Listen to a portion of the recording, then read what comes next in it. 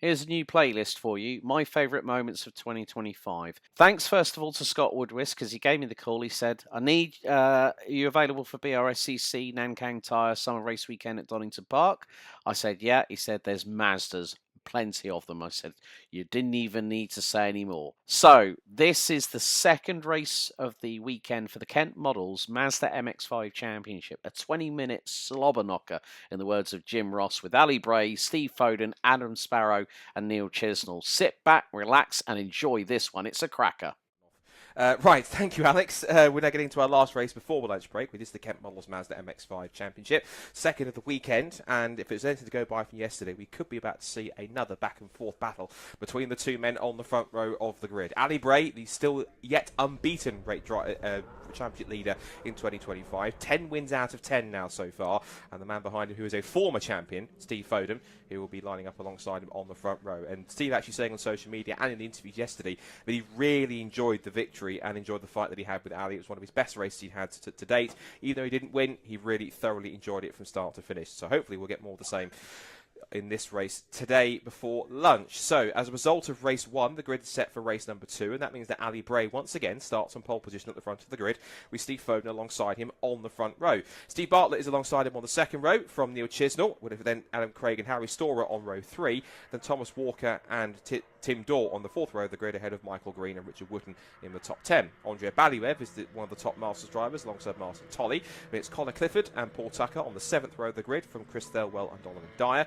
Ozzie McLean and Pete Smith, who had some trouble yesterday, he'll start back in row 9, followed by Matthew McCluskey and James Seal, who will want to recover from 20th after he had a spin up at Redgate in race 1. Then it's Clive Chisnall and Matthew Tiller from Tim Storer and Richard Bartlett, then Simon Privet, and then two cars that didn't actually make it towards the end of the race, Dennis Pillamonkin and then Adam Sparrow, one to watch unquestionably from the back of the grid. In car number 19, 27th on the grid after his car didn't even make it to the first corner after it pulled up on the grass just yards from the start. So as we say, it is 10 wins out of 10 for Ali Bray. Incredibly talking to him yesterday in the MX-5 Super Cup assembly area, as he also, of course, is the team boss of Ali Bray, of AB Motorsport. And he was saying that even though it's good to have, he wasn't quite that fussed about the win streak. And obviously, if it goes, he'll be the first person to congratulate whoever takes it, whether it is Steve Foden or somebody else who might will take a victory ahead of him. But he's just enjoying the opportunity and so grateful for the fact that he has this great car underneath him, that he's put together this really clean new build of this Mazda MX-5 Mark 1. It's absolutely paying off, and so far he's unbeaten. But I think I will have to give him so far the nickname of Houdini, because whatever happens in a race with MX-5s, he's always in the leading group, but somehow he always finds a way so far to take the race victory. So far he has done it. Is this the race where that ends, or does he go 11 from 11? Of course, only time will tell in the next 20 minutes or so. So getting ready to get going once again. A few drivers to watch out for as well who had some good races yesterday. Steve Bartlett took a podium, his second of the season, after he took his first at Brands Hatch. Neil Chisnall looking pretty strong, and I think is a new car for him, or at least it's a different colour, being blue. A bit different from his father, Clive's usual silver with the kind of multicolour racing stripes down the side. You've got Adam Craig, who had a good effort in qualifying yesterday to put his number 29 machine on the front row of the grid yesterday in qualifying. Harry Storer, who's a former Clubman MX-5 champion in the first ever season back in 2021. He starts 6th. And also Tim Dorr, who's a former MX-5 Championship Masters champion, making his first appearance this weekend, up there in 7th in car number 7. Thomas Walker's another strong one too in car 21. He took his first podium at Brands Hatch 2. He's quite a young driver who's getting up the ranks and fitting in nicely to the championship. And Richard Wooten, who I mentioned so far this season, is pretty much in the form of his life. Ever since the start of the season, he was up there in the leading group. And we were perplexed positively as to how he got so quick and where the pace had come from. But apparently it's genuine pace, as it seems to be. But it's nothing changed on the car, no change to the team, no change to anything in particular. They've just found something in the setup that just seems to click and work with it pretty well. So the cars then make their way one by one towards the grid. 20 minutes. It is a 2x2 start. And of course, we are going to be watching for a particular car just forming up at the back of the grid. Adam Sparrow, 27th and last on the grid. How far can he rise, particularly in the first lap? Green flag at the back. Is Ali Bray about to make it 11 from 11, or is somebody finally going to beat the 100% win streak? Let's find out. Race number 2 of the Kent Models Mazda MX-5 Championship here at Donington Park on the full Grand Prix circuit gets underway when the red lights go out, and we're underway and racing once again. A cracking start for Neil Chisnall from the second row of the grid, while Bartlett gets boxed in by both Bray and Foden on the sprint towards Redgate for the first time. One car with 2 wheels on the grass. Down towards Redgate they come. It's 2 by 2 like Noah's Ark in towards Redgate, and Ali Bray turns it in the lead, and in second place it's Steve Bartlett who elbows Steve Foden out wide. Neil Chisnall's off onto the gravel, as are 2 more. One of them definitely is Pete Smith, the other one I can't tell the number, but they all managed to survive and get through it unscathed. They tumble down through the Craner curves for the first time. Brace to them a lead, and it's still side by side for second as Bartlett sweeps across and takes second place from Steve Foden. 3 abreast into the old hairpin shouldn't work. That's Walker battling with Chisnall and Tim Dorr. That's Chisnall on the grass, tries to find himself a bit more time back in real estate, but as Bray hits the front, it's all action behind. As you can see now, that's I think Richard Woodney's off onto the grass. He's squirming around but gets it back in the mix. Only half a lap, and there's so many talking points. I've almost lost my breath at one point. Alex, you need to take over. I know. I mean, that was absolutely crazy. Oh, with Pete Smith's off again. Oh, dearie. That's coming out of McLean, so more elbows out and knives are well and truly sharpened here, Scott, as they filter their way through Coppice for the opening lap. On what, as you said about Adam Sparrow starting stone dead last, as dramas for the number 50. That is Tim Storer, who started down in 23rd position. And more, there was nearly 3 wide going into the Foggy Esses, and one of the cars made it round the outside, but it is literally door-to-door battle, wheel-to-wheel for second and third. I think Foden's just got through on Bartlett, possibly, through the Melbourne hairpin. Adam Sparrow, now where is he at the moment? I think he's made at least the best part of 8 to 10 places, at the very least, by the end of lap number 1, as our leaders come through out of Goddard. So lap 1 in the books, Ali Bray leading the way, looking for an 11th straight victory in a row. He leads Steve Foden, then it's Bartlett, Craig, Storer, Walker, Chisnall, Tolley, Dorr. Adam Sparrow has made it up to 15th on the opening lap, and you're going to possibly see a 3-wide moment here into Redgate. Not quite, as it was the 47 of Abluev trying to go up the inside, manages to hold out of it. Meanwhile, at the front end of the field, it's Bray versus Foden. Ding ding, round 2. Foden looking to try and possibly go up the inside of the old hairpin. Wasn't far enough, or wasn't close enough behind to make the move. There's going to be a move here. Attempted. Oh, the number 7 goes around. That's Dorr, and he's pointing in the right direction. Is that beached in the gravel? If he doesn't wheel spin the tyres, he might be okay. That could potentially be a safety car, because that gravel can be quite deep, and of course the worst thing you ever want to do is put your foot down and dig yourself further. We'll keep an eye on that. Side by side between Harry Storer and Thomas Walker, that would have been for 5th position. And also charging up is James Seal. He's up to 13th. He started 20th after that spin at Redgate yesterday. He's up 7 places. And look there, that is Adam Sparrow, trying to figure out exactly where he is. I think he's behind Martin Tolley of all people, if I'm correct. Well, that's 125 is quite further back, so he might not be quite there yet. But we'll wait and see. Now, up to 3rd place has gone Adam Craig. He's now just powered his way past Stephen Bartlett. The marshals are trying to push Tim Dorr backwards if they can. He's not beached in the gravel. I think they're telling him just either put it in neutral and let us push it, or it might well need a bit of a live snatch down there. That could mean at least double wage yellows and a yellow flag zone down into the hairpin. Meanwhile, at the hairpin, it is still 4 for the lead technically, because you've got Ali Bray being chased down by Steve Foden and a very fast Adam Craig and Steve Bartlett. Everyone's piling into the hairpins to try and be, 6th or 7th backwards. And in the mix I can see the silver and orange of Adam Sparrow. Down the outside, I believe that Steve Foden looking for the undercut. Still Craig in 3rd place, Bartlett in 4th position. I think they are probably going to cover that incident with Tim Dorr with waved yellows. 4 drivers set the fastest lap of the race, now taken by Neil Chisnall, who is in 5th position, trying to chase after this quartet. In towards Redgate they go. It's Bray from Foden, from Craig, from Bartlett, then from Chisnall. And further back with Adam Sparrow looking across the line. He comes across in 2 laps, has made it up to 10th position from 27th. 17 places gained in just 2 laps, but there are yellows and arms out of the cockpit waving, so they're slowing, I don't think, for a safety car. I can't see the safety car auto flags. Nothing on the timing screen either. I think they're simply just slowing up to acknowledge there are marshals trying to push the car back if he can. So no overtaking into the old hairpin, but the top 5 still together. But yeah, Adam Sparrow driving like he should be, absolutely towards the front and already into the top 10 in 2 laps. He's now 9th because he actually got past Martin Tolley in the meantime in the 23. And he was challenging Michael Green for 8th going into the old hairpin. Didn't pass because, of course, the yellow flagged, but he was on his tail trying to make a move, and he has got through. So 2 more places gained. He's driving it to the front. Yeah, what's his lap times at the moment? 1:57.8. I mean, we've had Neil Chisnall put in the fastest lap of the race, 1:54.925. So we're only a quarter of the way through this race, and on pure pace alone, just by the amount of people that he's gotten through at the moment, Adam Sparrow really has a chance of fighting at the sharp end of the field, and that's exactly what we're seeing as they manage to recover the do the live snatch on the number 7, the leading Masters driver after race 1. Tim Dorr out of the way as Bray and Foden are engaged in a battle, and it looks like they really have they're trying to swap positions. I think, is it still Bray holding on to that lead at the moment here? It's still side by side. I was looking at the battle for third behind because that's really kicking off as Foden tries to go down the outside into Goddard's, but Bray shuts the door. But it's all action for third place. Neil Chisnall has it. Everyone else wants it because it's now Craig who's on the outside of Bartlett, but on the inside for the next corner. But then Craig gets the push from Thomas Walker. Side by side for the lead. Sparrow sets the fastest lap of the race. Everywhere you look, there is action in this second race of the weekend for the Kent Bottles Mazda MX-5 Championship. It was side by side into Redgate, but Ali Bray holds on. There's still yellow flags being waved as they're just finishing the recovery of Tim Dorr's car, so no passing into the crater curves or at the old hairpin. Confirmation that Tim Dorr is out of the race. Privet is also pitted as well in 991, so he's also got an issue that's forced him out of contention. It's now 6 for the lead, though, as they come through, and it could be 7 or 8 because Adam Sparrow is into 7th place with the fastest lap of the race, bringing Harry Storer with him.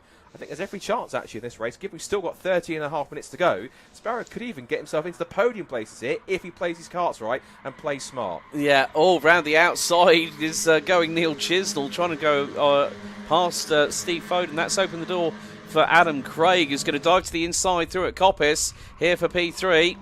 And that very much might have just been completed by the number 29. As the number 55 of Seal battling away with Abaluev going through into Coppice. Steele staying ahead at the moment in the meantime, but it's 2 by 2 for the race lead. Bray still holding it out, but is that Foden up the inside? I think it was Bray back through the inside. Through into the Foggy Esses. It's quite difficult sometimes when you're seeing the blur past. You're trying to make out whether it's 76 or 77.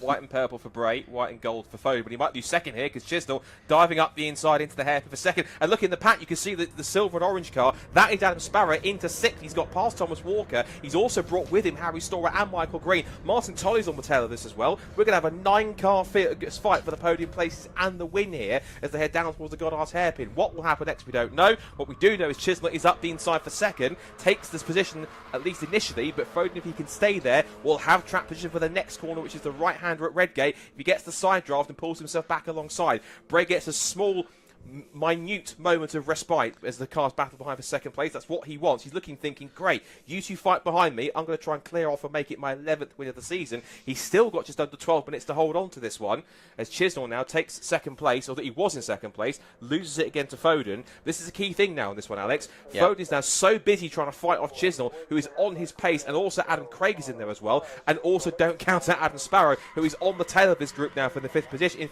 in 5th position, having also now passed Stephen Bartlett, who has also lost a place to Thomas Walker, who's now off the road. I don't know where to look because everything's happening all at once. I know, it's just like pick a card, any card, and hope it sticks. But at the moment, that's 22 positions gained by Adam Sparrow in 4 laps, which is an impressive feat. And now he's closing in on the 2 in front. So that is going to be Chisnall and Craig. So, and there's dramas for Simon Privet again in the 991 car. And he just pitted, so obviously issues for him. So it's not really been a great race for him. Gives a thumbs up to the marshals. I'm okay, everything's fine, I'll carry on.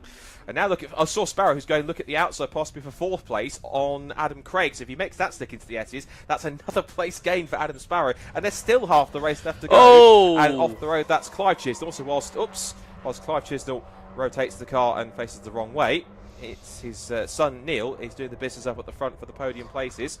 Out of harm's way, keeps it going. And Sparrow has gone for it. He's up the inside of Chisnall. He's got past Craig and Chisnall. Adam Sparrow is into 3rd place.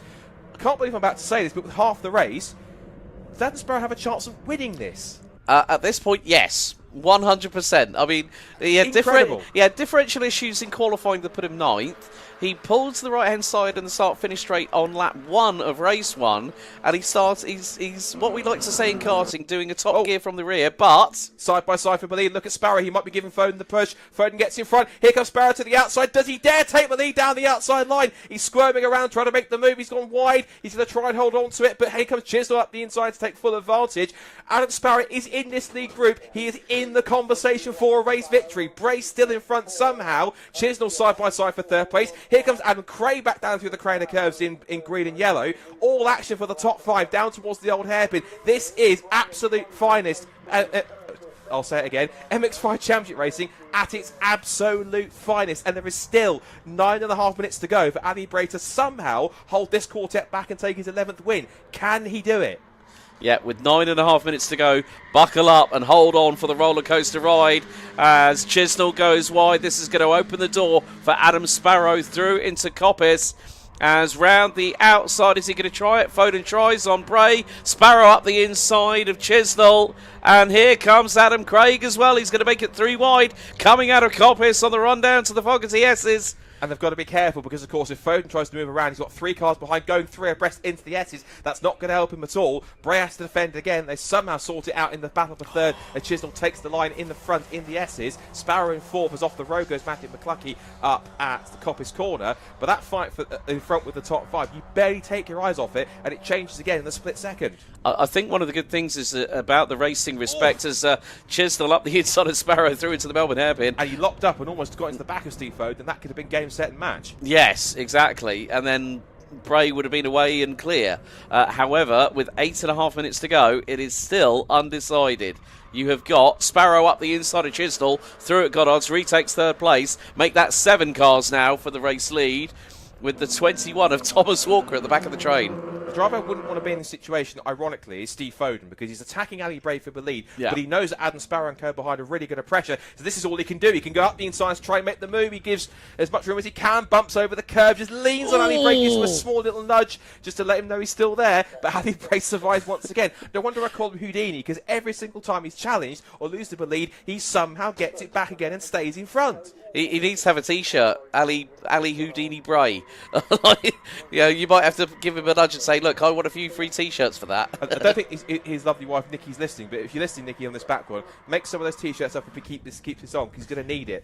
7.5 minutes to go then, to see if Ali Bray could hold on, but Steve Foden mounting a massive challenge down the outside, up towards McLean, looking for the undercut. I thought for a second he hoodwinked him and got it done, but Ali Bray saw it, parked the car in the middle of the apex on corner X and could make it happen. 5-second penalty for Harry Storer, but look at Adam Sparrow in silver and orange, car number 19, the 2-time vice champion from the past 2 seasons. He's right on the tail of the top 2 as we go side by side for 4th between Chisnall and Craig. Also watching on there is Michael Green. Where's Michael Green come from? He's really found some pace here in P6. He's up there now in the mixers. Here comes Foden down the outside. Bray has track position. Does he dare break a little bit later? The answer is yes. And look at Sparrow trying to capitalise on that because Foden had to back off to take the proper line. So I think possibly Chisnall. Sparrow could be putting Foden under threat for second by the time they get back down to the Melbourne Loop when the camera switches now. He hasn't done it yet. It's 3 wide now for what will be 4th position. Michael Green's got 2 for the price of 1. Look at that, up the inside of both Adam Craig and Neil Chisnall. What a move from Michael Green up into 4th place. That is incredible. But like you say, with regards to Foden and Sparrow is just waiting for something to happen. But he's got to do something sooner rather than later. He's going to dive to the inside. Through at Goddard's. He's through on Steve Foden, possibly, as they've now got the run down to Redgate. Sparrow to the outside, Foden to the inside. Bray still holding on to the race lead. Foden will giving Bray the push, but he cuts off the avenue for Sparrow, goes to the outside line. Sparrow thinks, right, if you're going to block me, I'll just go back down the outside again if you're going to make it that difficult. Into Redgate they go. Sparrow still holds the inside line. They stay in status quo. Where's Michael Green come from? He's now on the outside of possibly all 3 of them. Got a massive slingshot round the outside of Redgate corner. He is side by side for 3rd place for Adam Sparrow. Through the crane of curves, wheel to wheel, Green and Sparrow down towards the old hairpin. Sparrow has track position. Up the inside he goes. Michael Green's a good driver, but I've never seen him being this high up in a race. 4th position. Where this pace has come from, I've absolutely no idea. But he's challenging for a podium position, or dare I say it, potentially even a race win if it finds out like that. What on earth happens in the next 5.5 minutes? I could not tell you. And this is exactly what we love in motorsport. Unpredictability. The next 5.5 minutes, yes, to use a current term, is going to be absolute cinema. I'm absolutely sure of it. Yes, it's like a Hollywood script being written before our very eyes here, Scott. I mean, Michael Green started 9th on the inside of row number 5. So, as you said, where has this pace come from? Sparrow we knew was going to be quick, but after 2 laps, bringing himself into the fight, Foden covers Sparrow off, who in turn covers Green off, and then Foden up the inside. Is he going to try for the move here at the Foggy Esses? There was locks a lock up! There was a lock up. What happened? It came off the screen. Was there contact? Did they survive it? I realise the camera doesn't show us the exit there, so we have to see exactly what the order is. They're all amongst each other. Bray hasn't got the lead anymore. 3 abreast of a lead down the inside. Is he going to make it? Adam Sparrow takes the lead from 27th on the grid. And I think Michael Green's gone for 2nd place. It's 6th for the lead now with 4.5 minutes to go up towards the Goddard's hairpin. So Ali Bray once again has to pull another trick out of the book if he can get himself his 11th win of the season. But I think Alex, this might be the race where he might well lose out. And it's 3 abreast for 3rd as Ali Bray holds on from Thomas Walker, who'd come from somewhere as well. Thomas Walker's back into this. He's on the grass, side by side with Michael Green. Adam Sparrow from the back of the grid with 4 minutes to go leads this race with Steve Foden in the 2nd place. Ali Bray's back to 3rd and defending half and 3 cars for 3rd position. How does he get out of this one? Well, I don't honestly know. I mean, the thing is, Adam Sparrow doing the top gear from the rear, 4 minutes to go, started stone dead last, retired in race 1, and he's at the front end of the field. And like you said, Ali Bray has got to pull more than a Houdini trick out of the playbook to try and do what he can to get that 11th straight victory. But with Steve Foden in 2nd position, there's a gap now of about 4/10 between 2nd and 3rd, and it looks to be expanding. But if Sparrow and Foden start battling like Bray and Foden did earlier on in the race, then there is an opportunity. You're going to see now that Ali Bray is going to start closing in, as we've got. That's another time penalty. That's another track. Yeah, that sounds like another track limit penalty as well. So. Yeah. Get my breath back for a second. I know. And Ali Bray's now on the back of the top 2 again. So Adam Sparrow Company leads, but the question's got to be for how much longer, because now Steve Foden's back down the outside. Steve Foden again must be thinking, what do I have to do to lead this race to hold it for and a he's lap? got him. He's gone through. He's gone up the inside line. Bray's up for 2nd. Going for the Whoa! lead. Can he get it stopped into the S's? If he can, that would have been one of the best moves I've seen all weekend. Ali Bray went to go past both Sparrow and Foden into the chicane. Do they come out the other side all in one piece? The answer is yes, just down towards the hairpin they go. Bray's gone back down to 4th position. Sparrow still holds them all off. It's 3 abreast. They make contact into the hairpin. Was that Walker? Walker's gone to 2nd place.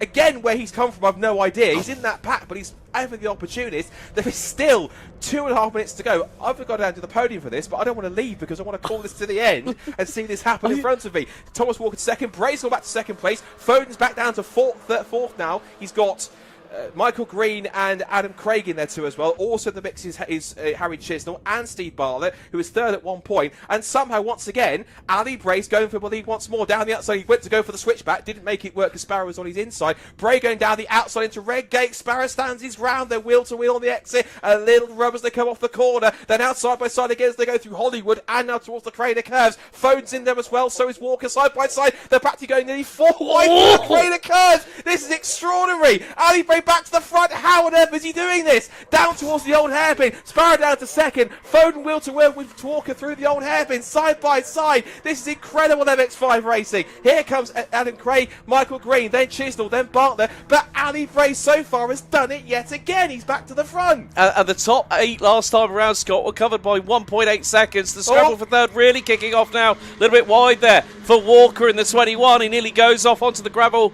and loses a position or 2 in the meantime. But Ali Bray, Mr. Houdini, is back at the front of the field. It's side by side with the 29. That's Adam Craig going around the outside. That's for 4th place coming out of Coppice. 1 minute and 15 still to go. We'll have 1 more lap remaining.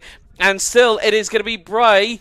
And Craig's got a 5-second time penalty for track limits. So that's going to take him out of contention.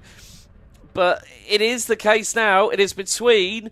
that's McLucky in the pits, but it's Sparrow, Bray and Foden. Those are your 3 that are battling as Sparrow goes towards the outside of the Melbourne hairpin for the crisscross. How do you call this with a lap to go? Ali Bray Summers going to have to hold back the tide and put on the defensive drive of his life to hold on to this race lead, with Steve Foden and Adam Sparrow chomping at the bit right behind him into the Goddard hairpin for the second to last time. Oh, there's contact! Adam Sparrow went down the outside of Ali Bray, gets up onto 2 wheels and holds onto it for the time being. He carries on somehow. But what on earth happened there? I think Sparrow tried to go down the outside, Bray through the block, and he keeps on holding on. So one more lap here. I didn't look away from the screen, but I've got to go down for the podium finish here. So good luck, Alex. One more time around. Can Ali Bray hold on, or will the win streak finally be broken? Let's find out. Thank you very much, Scott. So on to the last lap here on lap number 11. Oh, and there's a little bit of a run-off wide coming out of Redgate as we go down the hill into the Craner Curves for the final time. It's Ali Bray versus Adam Sparrow versus Steve Foden, the top 3 as they go through the old hairpin. Up the hill through Starkeys and Schwantz for the final time. It's wheel to wheel, side by side, as the number 8 of Neil Chisnall gets through on Adam Craig, who has got a 5-second time penalty for track limits. The timer has hit 0. But Ali Bray, however he's done it, he's going to be thinking, I really had to fight for that one. Adam Sparrow nearly doing the top gear from the rear from stone dead last to race victory. They go through Coppice for the final time. There's just the Foggy Esses, Melbourne Hairpin and Goddard's to remain in this final race before the lunch break. And what a dynamic, what an exciting, what an enthralling battle we have had at the front end of the field. As through into the Foggy Esses, Adam Sparrow was looking around the outside of Ali Bray, but decided, well, I'm not going to chance it there. He's got the Melbourne hairpin and Goddard still to go. Will Adam Sparrow go for the lunge of a lifetime? Here on the final lap, it's not going to be enough. He's going to have to cover off Steve Foden. But through the Melbourne hairpin, up towards Goddard's for one final time.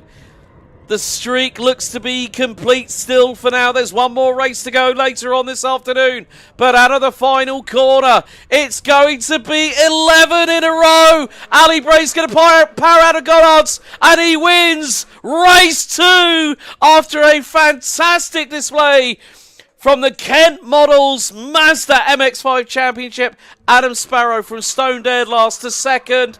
Points was on course for taking one of the most enthralling and his possible opening victory of the season this year. Steve Foden, what has that man got to do to beat Ali Bray out on track? The winning margin just over 3.5 tenths of a second. And Adam Sparrow did take the fastest lap of the race with a 1:54.415. We've still got a few more drivers to cross the line, but Ali Bray, Houdini, does it again. 11 from 11 so far this season. And we've still got their last race to go just after around about 5:25 this afternoon. We've still got a few more drivers to come across the line, about another 6 to go. So we've got Clyde Chisnall coming across the line. Then following on from that will be Richard Wood, will be the number 3, Richard Wooten, who started 10th on the grid. Then it's going to be Tim Storer in the number 50, Dennis Pilimonkin being the last of the classified finishers behind Simon Privet. But, well, the headline reads as thus: Ali Bray, Mr. Houdini, does it again, and this time it's another double. There's one more race to go. He wins after 11 exciting, captivating laps of race 2 of the Kent Models Mazda MX-5 Championship here at Donington Park Grand Prix as part of the Nankang Tyre Summer Race Weekend here in Leicestershire. And he wins by just 3.5 tenths of a second ahead of Adam Sparrow, who came from the back of the field to finish P2 ahead of Steve Foden. So Michael Green in 4th, Thomas Walker in 5th, the top rookie. Then it was Steve Bartlett, Martin Tolley, the top masters ahead of Andrei Abluev, with Adam Craig and Colin Clifford rounding out the top 10. Then it was James Seal and Pete Smith, Neil Chisnall, Chris Thelwell, Paul Tucker, Harry Storer, Donovan Dyer, Richard Bartlett, Ossie McLean and Matthew Tiller rounding out the top 20. Clive Chisnall, Richard Wooten, Tim Storer and Simon Privet rounding out 24th after that one. And then Dennis Pilimonkin rounding out the top 25. Matthew McCluckey ending up 2 laps down, and Tim Dorr 10 laps down, having been beached out of McLean's. So the field makes its way into pit lane. And there he is, the man who's done it again. So 11 out of 11. So without further ado, let's head down to Scott Woodwiss in the pit lane, as he will be very shortly with the 11-time race winner this season, Ali Bray. I've only got one word for that. Wow. Just incredible racing for the Kent Models Mazda MX-5 Championship. That's genuinely some of the best racing, and they're all embracing, they're all giving each other a hug. Apologies if you heard any expletives at all. Unbelievable. Brilliant stuff from all of them involved. A great win, a great drive in second, and of course Steve Foden might be a bit aggrieved with third, but again, there's all hugs and smiles all around, and they deserve it. That was genuine. I think that's contender for race of the weekend so far. Absolutely incredible. And through it all, the story continues, because there's still one man on the top step of the podium, still one man that still leads it in unbelievable stuff. So let's see if we can quickly dive in and have a word. Ali, I've only got one question, one word. How on earth did you do that? That was unbelievable. I don't know. He's Ali Bray. There's that. As you say, magic on the mic, Houdini. But, oh mate, as far as Mazda racings go, that's right up there. That's contender for race. It's by far race of the weekend, and just so back and forth. And again, you're living up to the nickname given, which is Houdini, because even though you fall backwards, you still find a way to get to the front. I think people are wondering how you keep doing this. I know. I just, as I said to you like the other day, I'm really feeling no pressure. I'm just over the moon to be here, and just really enjoying my racing. I can't thank the team enough. My wife, all the family, Paul Austin, Graphics Lab, Finish Line UK, Revivals Rolling Road. If it weren't for all these guys, I wouldn't be here anyway. So, no, it's a credit to all of them. And yeah, hope you guys enjoyed watching it. Enjoyed it. We were going beside ourselves in the commentary box. It was unbelievable stuff. And if that's not an advert for a championship like this and racing like that, I don't know what is. That was unbelievable stuff. No, I can't wait to do it again later. So now I've got to ask you the question. You're 11 from 11 now. You've now got to go for 12 from 12. Be rude not to, wouldn't it? We'll see. We'll see. Go and celebrate that. That was unbelievable. Well done. I keep using the same word. I can say the same about the man in second place, Adam Sparrow. And he gets a hug as well, deservedly. I'd have to give you a handshake as well. Well done. I'll ask you the same question, one word. How did you do that? 27th to second and even contention for the win. Fantastic drive. To be honest, my start wasn't great, but just picking off, not looking back, just literally picking people off one at a time, and then having actually got the lead at one point, and yeah, it was good fun. I think we're lacking a little bit, but yeah, really enjoyed it. I enjoyed it, and you were up the mix as well. There was a little moment up at the hairpin. Is everything okay with that? Because your car almost go up on two wheels up at Goddard. Was everything okay with that? Yeah, car felt fine after that. Just a little bit of a wheel rubbing and just sort of a misjudgment for myself. Yeah. Because now you're in a better position for race 3, and you know, I guess in prime position now to try and stop this man from making it 12 wins. So you got a bit of a task, but you think you can do it? Yeah, try and take the lead off the start. My starts have been good all year, so yeah, that's the plan, and then just take the race from there. I think that's one of the best drives in championship history, genuinely. Well done, second place. That was a drive worthy of a win, congratulations. And where's Steve Foden in third place coming over? Forgive me for saying so, I'm almost a bit sorry for you, Steve, because you've been in that mix all the time, and you were the one that was fighting with both Ali and Adam. Were you at one point thinking, what have I got to do to take the lead and actually keep it without someone else taking it from me? Yeah, I mean, I tried every single way of getting past. The toe is so strong today. I was trying every which way to get past him, and fair play to him, he's defended like an absolute king. And then I saw Adam in the mirrors, and I was like, right, okay, let's see if we can mix it up a little bit. So Adam obviously got in front of me, and we tried to make it work. At one point, Ali slipped back to fourth, and then I think I kind of probably should have carried on pushing Adam down the back straight as opposed to trying to go for the move and get past him. And then Ali just came from absolutely nowhere to get back in the lead then. So yeah, what a race. That's proper Mazda racing, that one. So if that's not an advert for the championship in any case, I mean, if you watch that and think about the championship, if you weren't decided before then, you probably been decided now. That was genuinely some of the best this championship's ever seen. Yeah, absolutely. And I think Donington Park Grand Prix circuit particularly, that always gives, because the toe hit round here is absolutely massive. And yeah, that's what we like in this, like a good bit of bump drafting and a good bit of camaraderie after the race as well. And the key thing, of course, now race number 3, someone's got to try and stop Ali to make it 12 from 12. Of course, Adam's up for the challenge. I'm sure you are as well. Yeah, well, I mean, obviously I had 12 in a row in 2023, not quite off the bat, but you know, if he matches that and he goes over it, then you know, I want to try and retain that 12 in a row. So yeah, we'll give it a good go. But obviously the weather's going to play a part later on. I think we're due some showers at some point in the afternoon. So if it's a mixed bag like it was yesterday, then I think we're in for a real treat again, with Adam obviously being back at the front. If it's like that in race number 3, bring it on, mate. Even though it's third, well done. That was an excellent drive. Congratulations.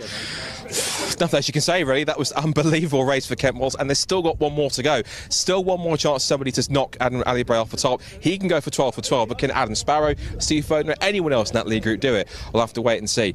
Track's gone quiet now because we've gone to a lunch break. Before we get into our interviews from yesterday from Alex, we've got a chance the first time today is, of course, to let you know about the 2026 Fiesta Junior Scholarship. It is now open. You can apply. It's taking place from the 31st of October to the 2nd of November, and it's for drivers aged 13 to 16 years old, whether you've karted, whether you've done short ovals, autograss, even sim racing, or not even raced before. You get the chance to compete for what could be a funded drive for you in the Fiesta Junior Championship in 2026, and a prize package worth in excess of £60,000. Drivers like Daniela Sutton and Lewis Idison, who won the first 2 scholarships, are now racing angrily this weekend, enjoying the Fiesta Junior Championship for what it is. So before we get into our interviews to cover lunch break, which Alex did yesterday, let's give you a little reminder of what the 2026 Fiesta Junior Scholarship is all about. We'll see you on the other side, and catch us for more racing, and stay tuned after a lunch break here at Donington Park. If it's anything like that, bring it on.